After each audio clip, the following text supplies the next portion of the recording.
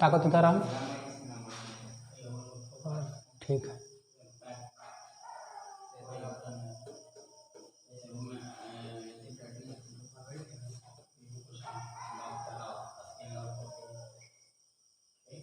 चलो हो गया। ज़्यादा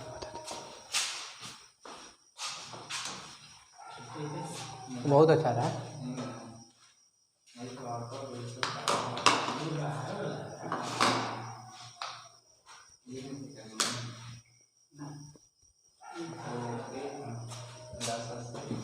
देखो तो राहुल ठीक है। अरे ठीक ना, देखते रहे पड़ेगा थोड़ा सा।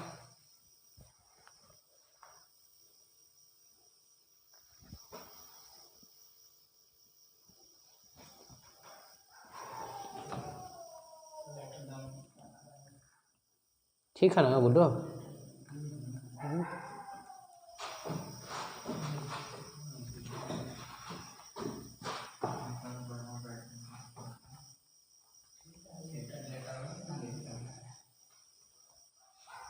रिकॉर्ड हो रहा ना?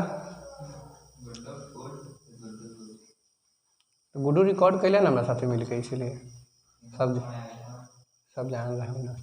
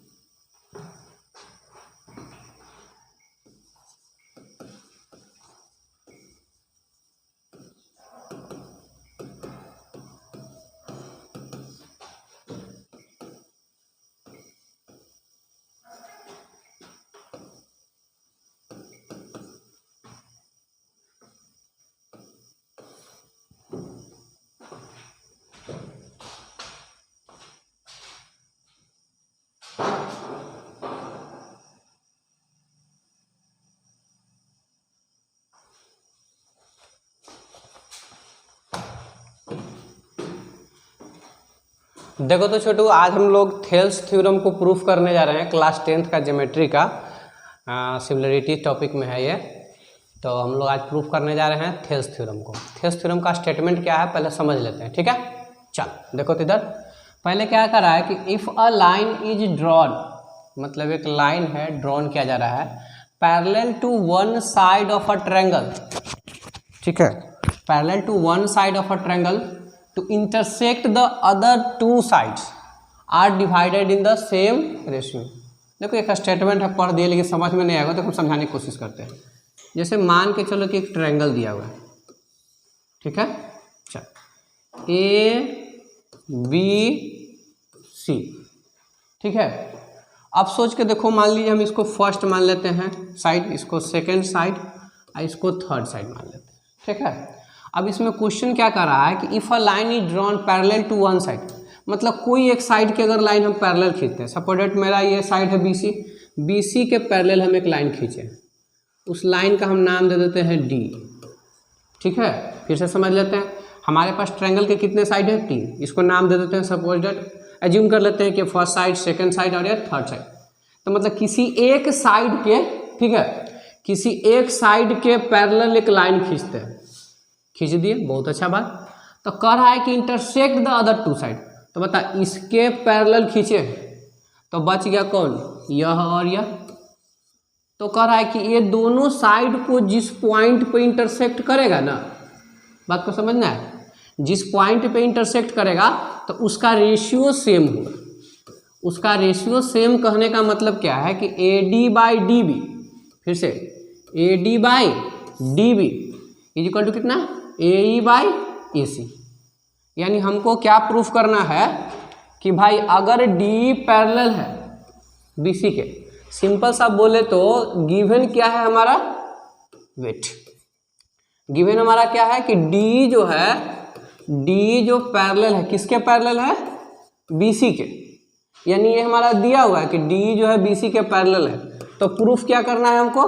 तो प्रूफ करना है कि AD/DB, ठीक ना, कोची AD/DB इज इक्वल टू कोची AE/EC।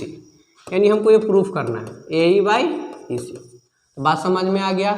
सिंपल सा मतलब है कि अगर एगो मतलब किसी एक साइड के पैरेलल, ठीक है, किसी एक साइड के पैरेलल अगर एक लाइन खींचा जाए और वह लाइन बचे हुए दो साइड को जिस पॉइंट पे कट करता है उस पॉइंट से अगर रेशियो हो तो सेम रेशियो में कट करेगा। सेम रेशियो कहने का मतलब क्या है कि AD/DB, ठीक है, AD/DB इज इक्वल टू कितना? AE/EC। तो यही हमको क्या करना है? प्रूफ करना है। चलो इसको हम लोग ऐसे कर लेते हैं, इरेज कर लेते हैं, उसके बाद बढ़िया से एक फिगर, फ्रेश फिगर बनाते हैं।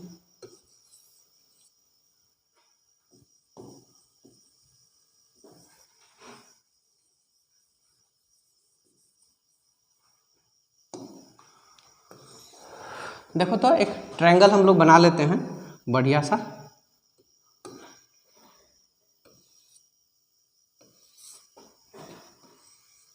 ठीक है, अब इस ट्रायंगल का नाम दे दिए हम लोग ABC।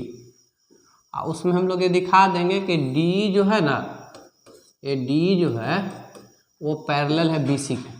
ठीक है, अच्छा तो पहले तो हम लोग देखो तो थ्योरम को प्रूफ करने के लिए पहले जो लिखेंगे गिवन दैट कि भाई हमारा स्टेटमेंट में क्या दिया हुआ है। ठीक है, तो लिखेंगे कि let ABC is a triangle, ABC is a triangle in which DE is, in which DE parallel, sorry, in which DE parallel BC, DE किसके पैरेलल है? BC के।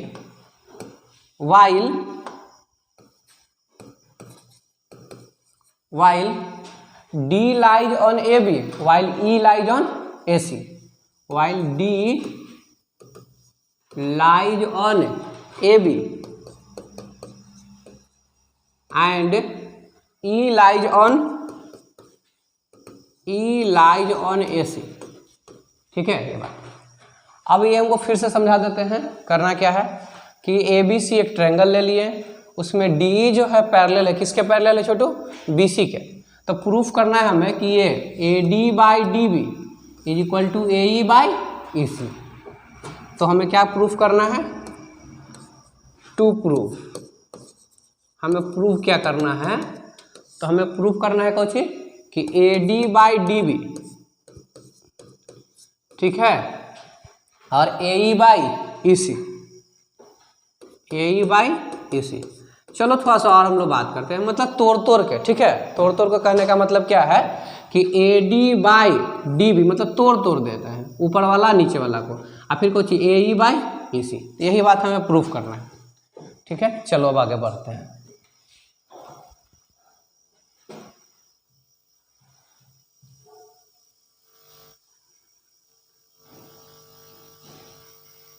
Wait 1 minute.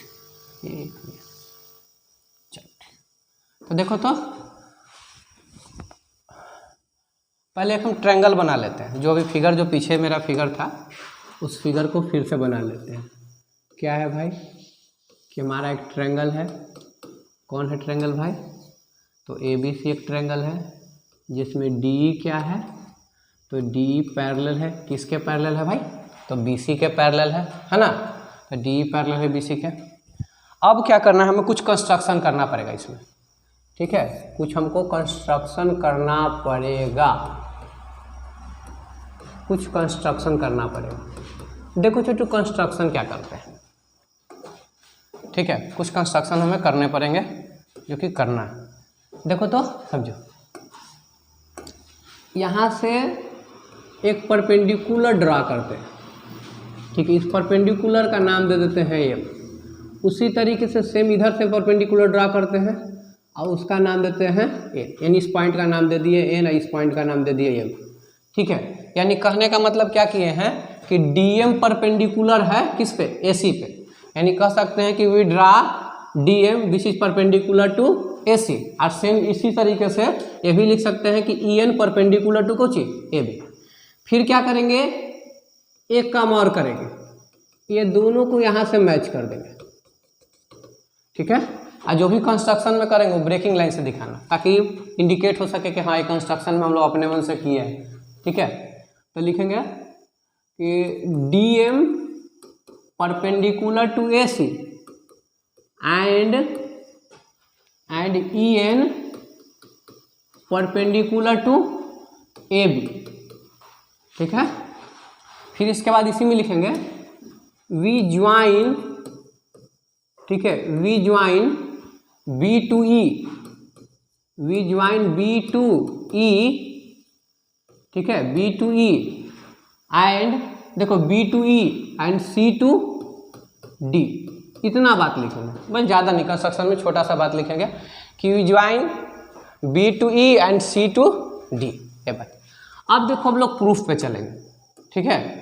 अब हम लोग इसको प्रूफमेंट देंगे कि आखिर ये कैसे हुआ है और क्यों हुआ है। देखो समझो, इस प्रूफ के लिए हम लोग क्या करेंगे, सबसे पहले हम लोग ऊपर वाला ट्रायंगल में चलेंगे, इस ट्रायंगल ADE में, ठीक है। बात को समझना है, सबसे पहले किस में? ADE में। फिर से रिपीट कर दे, किस में चलेंगे? ADE में। तो चलते हैं इन ट्रायंगल ADE, या तो डायरेक्ट भी लिख सकते हो कि एरिया ऑफ ट्रायंगल ADE, या तो तुम लोग ऐसे भी शॉर्ट फॉर्म में लिख सकते हैं कि AR मतलब एरिया ऑफ ट्रायंगल ADE, ठीक है। अच्छा बता, एरिया ऑफ ट्रायंगल ADE, अब सोचो तो नॉर्मली जो ट्रायंगल का एरिया का फॉर्मूला क्या था? 1/2 इंटू बेस इंटू हाइट, यही फार्मूला था ना। वही नॉर्मल फार्मूला या बेसिक फार्मूला यहाँ लगाने जाने वाले हैं, लेकिन ध्यान रखना, सुनना पहले, उस ADE को बाहर निकाल लेते हैं। ऊपर वाला जो ट्रायंगल है ना, ADE को बाहर निकाल लेते हैं, तो ADE। इसमें क्या करते हैं हम लोग कि बेस इसको लेते हैं, किसको? बात को समझना, बेस किसको ले रहे हैं? AD को, ठीक है। इसका जो परपेंडिकुलर है, इसका जो परपेंडिकुलर है, वो परपेंडिकुलर का काम कौन करेगा? तो EN, ठीक है। तो EN कौन सी का काम करेगा? परपेंडिकुलर का। यानी कह सकते हैं हम लोग कि अगर हम लोग ADE का एरिया निकालेंगे और अगर हम लोग बेस किसको लेते हैं? AD को। बात को समझना है, अगर हम ट्रायंगल ADE का एरिया निकाल रहे हैं और अगर बेस AD को लेते हैं और एल्टीट्यूड या हाइट किसको लेते हैं? EN को, तो बताते एरिया ऑफ ट्रायंगल क्या निकल जाएगा? 1/2 इंटू बेस, तो बेस का मतलब कौन ची? AD। अब बताओ हाइट का मतलब कौन ची? EN। आया बात समझ में? तो ये हमारा एरिया निकल जाएगा, किसका? ट्रायंगल ऑफ ADE का। फिर से रिपीट कर दे रही बात को कि आखिर ये कैसे हुआ है, ठीक है। फिर से रिपीट कर दे, देखो समझो, बात को सुनना है। अब थोड़े समय के लिए हम लोग बेस किसको लेते हैं? AD को लेते हैं, तो हाइट का काम कौन करेगा? EN। तो फार्मूला क्या होता है ट्रायंगल के एरिया का? 1/2 इंटू बेस, तो बेस का काम कौन करेगा? AD, और हाइट का काम कौन करेगा? EN, ठीक है। यानी इसका साफ मतलब आ गया कि ट्रायंगल ADE का एरिया निकालेंगे तो कुछ 1/2 इंटू बेस इंटू हाइट, यानी 1/2 इंटू AD इंटू EN। और ऐसे भी समझो यार कि यहाँ पर देखो तो ये बेस का काम करते हैं, कोची का काम करेगा? हाइट का।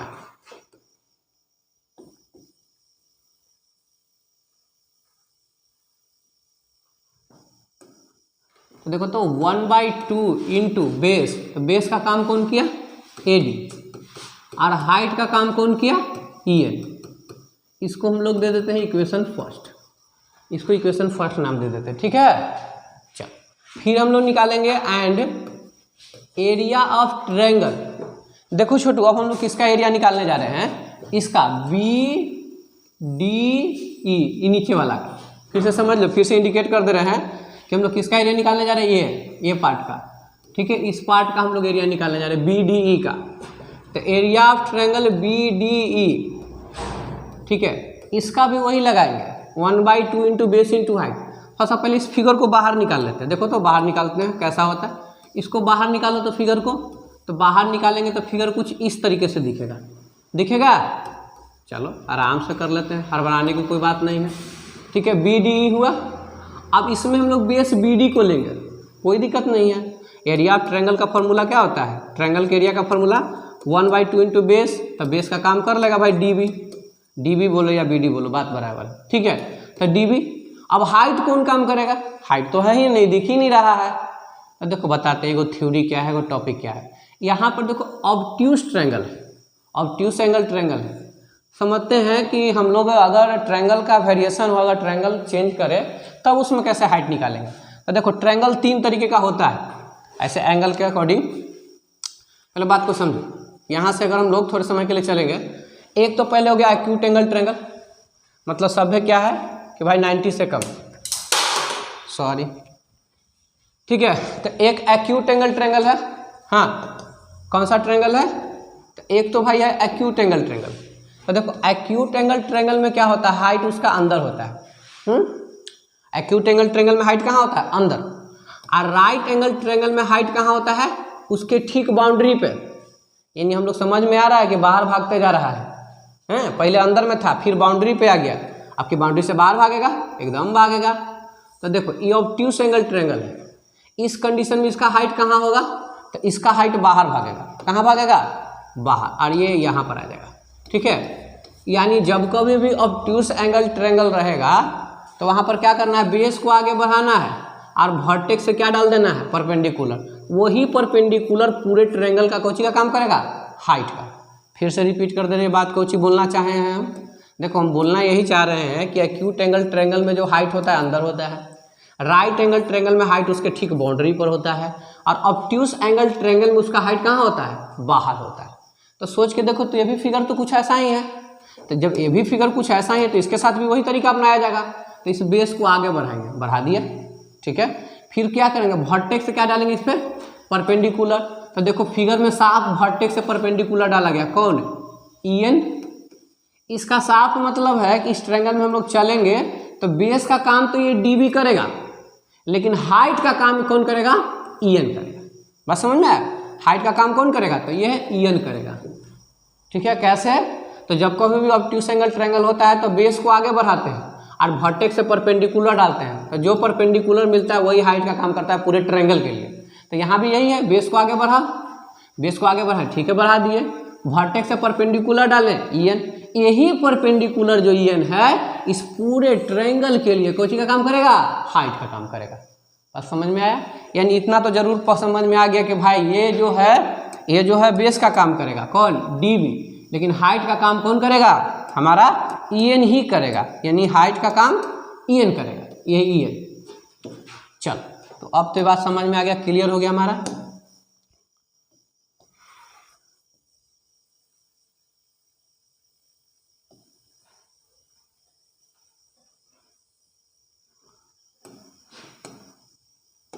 देखो छोटू, तो क्या हो जाएगा 1/2 इंटू बेस, तो बेस का काम कौन करेगा, DB, ठीक है, और हाइट का काम कौन करेगा, EN, ठीक है। तो EN, इसको इक्वेशन सेकंड मान लेंगे। अब ये दोनों इक्वेशन को डिवाइड कर दो, ठीक है। तो dividing equation first by second, तो दोनों को डिवाइड करेंगे तो बता एरिया ऑफ ट्रायंगल कितना, ADE, यानी ट्रायंगल का एरिया, ADE का एरिया ऊपर और ट्रायंगल BDE का एरिया कहाँ रखेंगे हम लोग, नीचे रखेंगे। तो क्या मिल गया हमारा 1/2 इंटू AD इंटू EN, ठीक है। और फिर नीचे में क्या मिल गया हमको, 1/2 इंटू DB इंटू EN। अब ध्यान से देखना है, हड़बड़ाना नहीं है, आराम से बताता हूँ। 1/2 सेम है, कट गया। उसी तरीके से सोचो EN है, सेम है, कट गया। तो क्या मिल गया हमको, AD/DB। ठीक है, कुछ मिल गया AD/DB। इसको इक्वेशन हम लोग क्या मान लेते हैं, थर्ड मान लेते हैं। हो गया, तो बड़ा आसान था। पहले हम लोग क्या किए, ADE का एरिया निकाल लिए, फिर BDE का एरिया निकाल लिए, फिर दोनों का एरिया निकाल के डिवाइड मार दिए, तो हमको रिजल्ट मिल गया कितना, AD/DB। चलो हम लोग आगे बढ़ते हैं। अब हम लोग क्या करेंगे, देखो यही जो काम किए लेफ्ट साइड से किए। कैसे लेफ्ट साइड से किए, तो पहले एरिया ऑफ ट्रायंगल ADE निकाले, लेकिन लेफ्ट साइड वाला को बेस माने। उसी तरीके से फिर इसके नीचे आए तो BDE का एरिया निकाले, लेकिन बेस किसको माने, लेफ्ट साइड को माने। अब काम यही काम same to same right side से करेंगे। यानी हमको वेरिएशन अब पता चल गया हो कि एक बार लेफ्ट साइड से और एक बार राइट साइड से करेंगे। तो चलो फिर से निकालेंगे किसका एरिया, बात को समझना है, किसका एरिया निकालेंगे, तो ये ट्रायंगल ADE का एरिया निकालेंगे, लेकिन लेफ्ट साइड से नहीं, लेफ्ट साइड से नहीं, किसे, राइट साइड से। ठीक है, तो चलो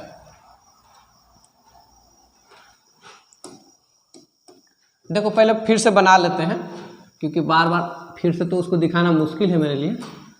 ABC और ये कौन था, D था। ठीक, अब यहाँ से परपेंडिकुलर जो ड्रॉ किया गया था तो कोई चीज़ था DM और यहाँ से कोई चीज़ था EN, है ना। फिर इसको क्या किया गया था, मिलाया गया था और फिर इसको मिलाया गया था। चलो अब हम लोग निकालते हैं एरिया किसका, अगेन लिख देना क्योंकि फिर से निकाल रहे हैं। तो अगेन एरिया ऑफ ट्रायंगल कितना, ADE। हाँ ये बात सही है कि ADE का एरिया निकालने जा रहे हैं, लेकिन लेफ्ट साइड से नहीं, राइट साइड से। इस बार बेस किसको मानेंगे हम लोग, ये राइट साइड वाला AE को मानेंगे। तो सोच के देखो, तो फार्मूला आता है 1/2 इंटू बेस। तो बेस का काम कौन किया छोटू, AE। बहुत अच्छा। अच्छा बताओ हाइट का काम कौन करेगा, तो जब हम लोग अगर बेस AE लेंगे तो हाइट का काम कौन करेगा, DM। ठीक है, तो हाइट का काम कौन किया, DM। इसको इक्वेशन हम लोग क्या मान लेते हैं, फोर्थ, क्योंकि ऑलरेडी थर्ड मिल चुका है। अब देखो तो अब हम लोग थोड़े समय के लिए आते हैं किसमें, अब हम लोग आते हैं इसमें CDE में, यानी ठीक नीचे वाला, जैसे इसमें किए थे वैसे ही कर रहे हैं। अब इसको बाहर निकालो, इसको बाहर निकालो, देखते हैं कि क्या बनता है इसका फिगर। तो देखो इसका फिगर कुछ ऐसा बन रहा है ऐसा कुछ एकदम बन रहा है। अब देखो तो समझो थोड़ा सा सुनो, ये है D, ये है E और ये है C। अब ये भी देखो तो ऑब्ट्यूज ट्रायंगल हो गया, ऑब्ट्यूज एंगल ट्रायंगल हो गया। तो ऑब्ट्यूज एंगल ट्रायंगल हो गया तो बता, ये बेस को आगे बढ़ाएंगे, क्योंकि बेस इसी ही मानने जा रहे हैं हम लोग, है ना। बेस किसको मानने जा रहे हैं, इसी। तो इसको हम लोग आगे बढ़ाएंगे और बेस को आगे बढ़ा के आप वर्टेक्स से क्या डालेंगे, परपेंडिकुलर। और यही परपेंडिकुलर हमारा कौची का काम करेगा, इस पूरे ट्रायंगल के लिए कौची का काम करेगा, हाइट का काम करेगा। ठीक है, तो बता यहाँ से ऑलरेडी पहले से परपेंडिकुलर डाला हुआ है कौची, DM। तो ये बात पता चल गया हमारा कि भाई कैसे हम लोग पता करेंगे हाइट को।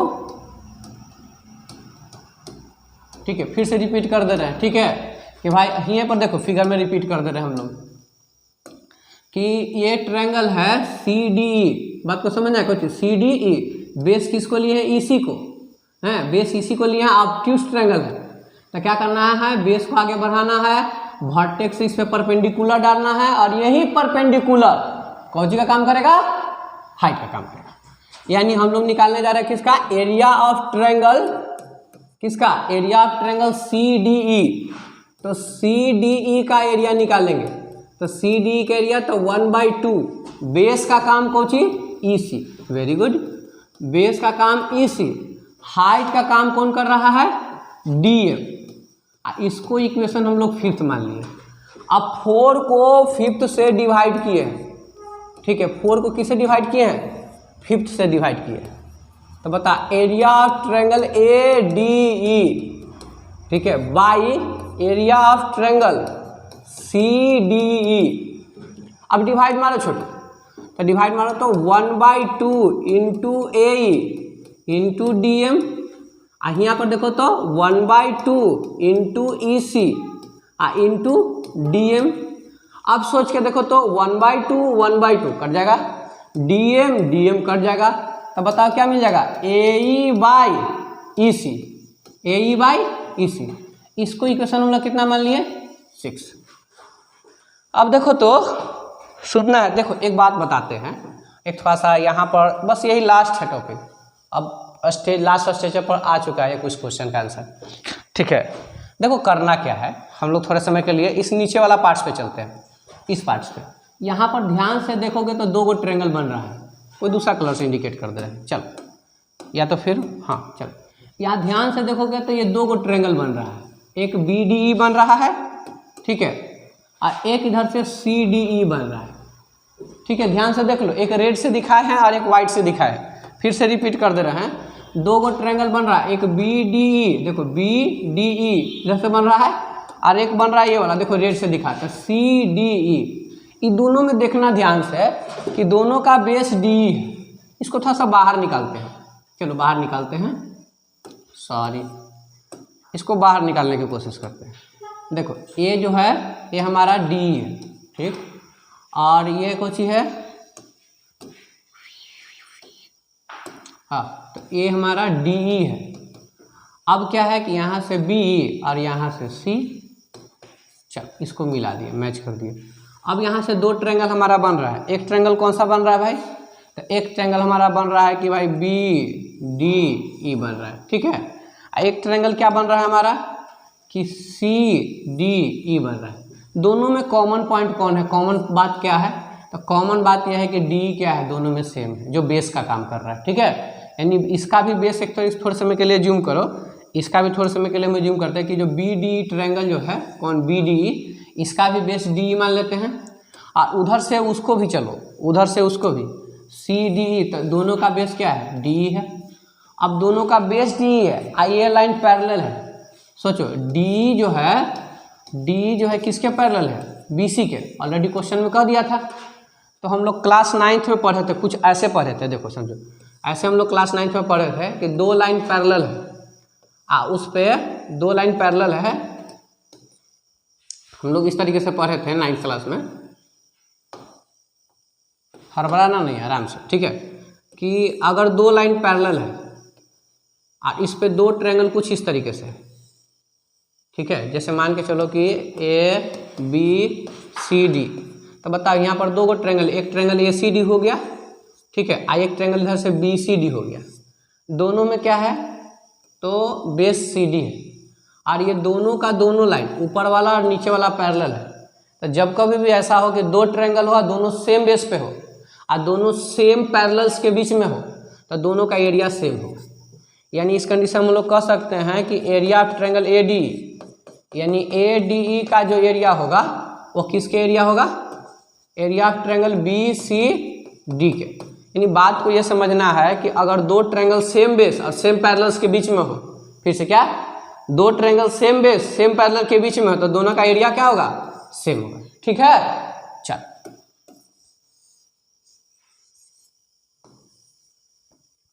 तो यहाँ पर हम लोग कह सकते हैं कि यहाँ पर लिखना पड़ेगा, क्या लिखना पड़ेगा हमको, कि लिखेंगे कि सिंस ट्रायंगल BDE, कौन सी ट्रायंगल BDE, तो लिखेंगे कि triangle BDE and triangle CDE both are located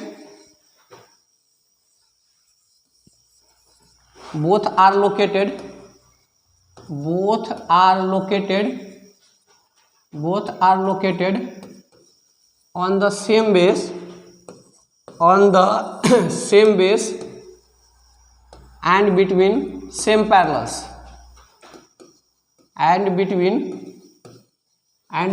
same parallels। अब जब भी ऐसा होगा तो इसीलिए एरिया ऑफ ट्रायंगल को ची, area of triangle BDE is equal to कितना, एरिया ऑफ ट्रायंगल CDE। अब देखो तो क्या करेंगे, सुनना, हमको क्या मिल गया कि दोनों का एरिया सेम है, यानी CDE का एरिया BDE के इक्वल है। तो बताओ तो यहाँ पर जो हम लोग दिख रहा है CDE, देखना तो समझना थोड़ा सा, यहाँ पर CD है, तो तो CDE के जगह पर क्या लिख सकते हैं, BDE लिख सकते हैं। इतना तो कर सकते हैं क्योंकि दोनों का एरिया क्या कर चुके हैं, हम सेम कर चुके हैं। तो चलो आगे बढ़ते हैं। देखो फिर से फोटो बना दे रहे हैं। क्या था, ट्रायंगल था, ABC था हमारा, D जो लाइन पैरेलल था BC के, इस पे क्या था कि दो गो परपेंडिकुलर था, सॉरी बिग मिस्टेक हो रहा है। तो ये है M और फिर कुछ EN है ना। अब बताओ यहाँ से हम लोग B से E को मिलाए थे और C से D को मिलाए थे, और क्या प्रूफ कर चुके हैं हम लोग कि जो BDE का एरिया है CDE के इक्वल है। तो लिखेंगे कुछ, देखो फिर से कर लेते हैं बैक। देखो तो यहाँ पर कर चुके हैं BDE का एरिया किसके इक्वल है, CDE के एरिया के इक्वल है। तो यहाँ पर क्या लिखेंगे हम लोग कि put the value of area of triangle CDE इन कितना, इक्वेशन 6, हाँ 6 में ही। तो लिखेंगे कुछ put the value of area of triangle कितना, CDE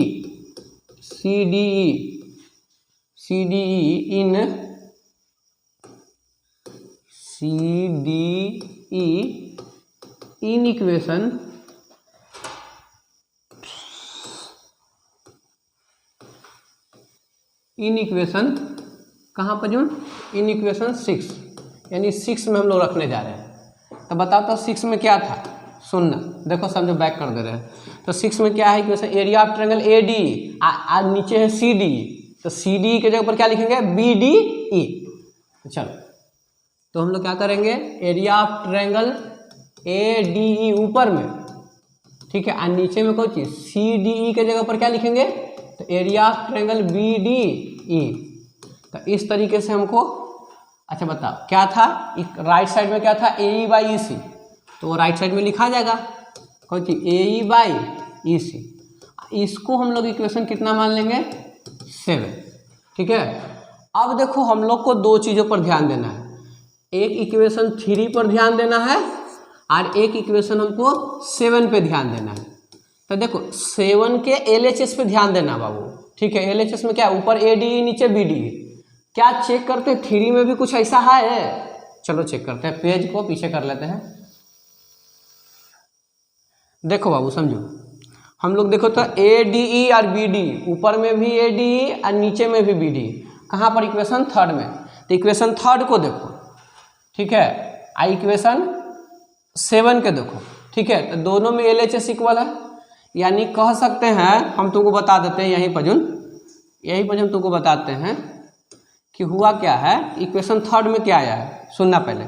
इक्वेशन 3 में आया है कि एरिया ऑफ ट्रायंगल ADE, ठीक है, एरिया ऑफ ट्रायंगल ADE और एरिया ऑफ ट्रायंगल कौन सी, BDE इज इक्वल टू आया है AD/DB, ये इक्वेशन 3 में है, छोटो पेज में है, पिछले पेज में, लेकिन बस यहाँ पर लिख दिया ताकि दोनों मैच कर जाए। तो सोचो तो LHS इक्वल है, इक्वेशन 3 और 7 का देखो ना, LHS इक्वल है। तो जब LHS इक्वल है तो RHS भी क्या हो जाएगा, इक्वल।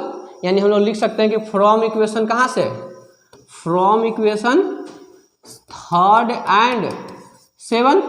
तो 3 और 7 से हम लोग क्या लिखेंगे कि भाई दोनों LHS इक्वल है दोनों इक्वेशन का, इसीलिए RHS भी इक्वल होगा। तो AE/कौची, इसको पहले कर लो छोटू क्योंकि पहले आया था ना। तो AD/DB कौची, AD/DB, ठीक है, इक्वल होगा ना ये दोनों, LHS इक्वल तो RHS भी इक्वल। तो AD/DB इज इक्वल टू कितना, AE/EC, और यही तो हमें लाना था, प्रूव्ड। तो आराम से बनाना, बन जाएगा। इसको हम डिलीट कर देते हैं क्योंकि ये जो पार्ट्स है ये तो खाली दिखाने के लिए था, ऑलरेडी पहले लिखे हुए हैं।